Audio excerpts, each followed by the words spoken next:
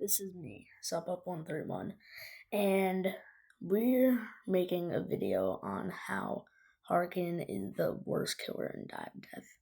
Let's get into it. Starting off by saying Harken can still win matches and is pretty powerful if used correctly, but most of the time, Harken is never used correctly, and that is because of one thing that Harken is famously known to suck at with this component: health. Now, let me explain why this is a big issue. Harken has a base health of 400. What even were they even thinking?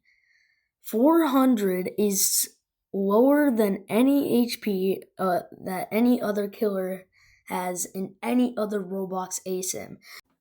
This is such an issue to the point the survivors are the killer. It doesn't help that assuming a survivor each match gets a punch and revolver to do damage, that's about 140 health per game, which is 1/4 of Harken's health.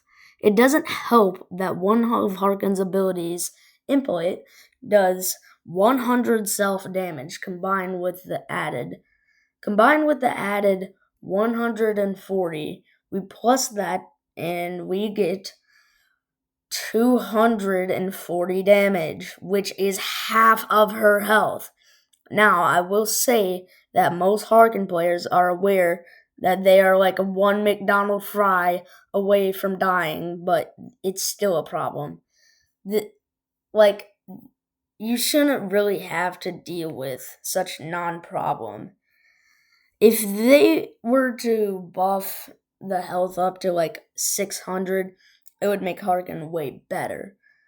Maybe 500's better, but I think 500 to 600 is good. At the same time, if Harken got this buff, they will become the best killer in the game, and that's the problem. If you buff the health, Harken will become the best. But why is that? It's because of the abilities. Now, Harken is kind of like 1x1x1 from Forsaken.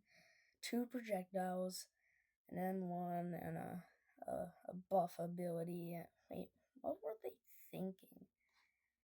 I don't know. Maybe I'll do a video about that. But anyways, Harken is a projectile killer. The first projectile is agitation. Crazy burp. Is agitation, which does 15 damage and stun momentarily. Then the other projectile stuns and pulls the civs closer to them if hit. Now, what are the similarities between these projectiles? That's right. They are all stun. They all stun.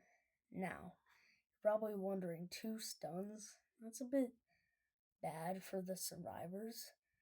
Get stun plus the added damage is about 15 damage. But if the other ability heals the survivor for 20 HP, doesn't really help because the survivor is gonna get an M1 to the face to take it all away, so it doesn't help the survivor. Also, Harken gets a damage buff. This will basically kill the survivor for the most part, or maybe about half of the player's health. But the survivors can also kill the killer with good teamwork abilities for survivors like Boost Pad, and Caretaker and Care Pad. All of these abilities can work together to undo the damage that Harken has done.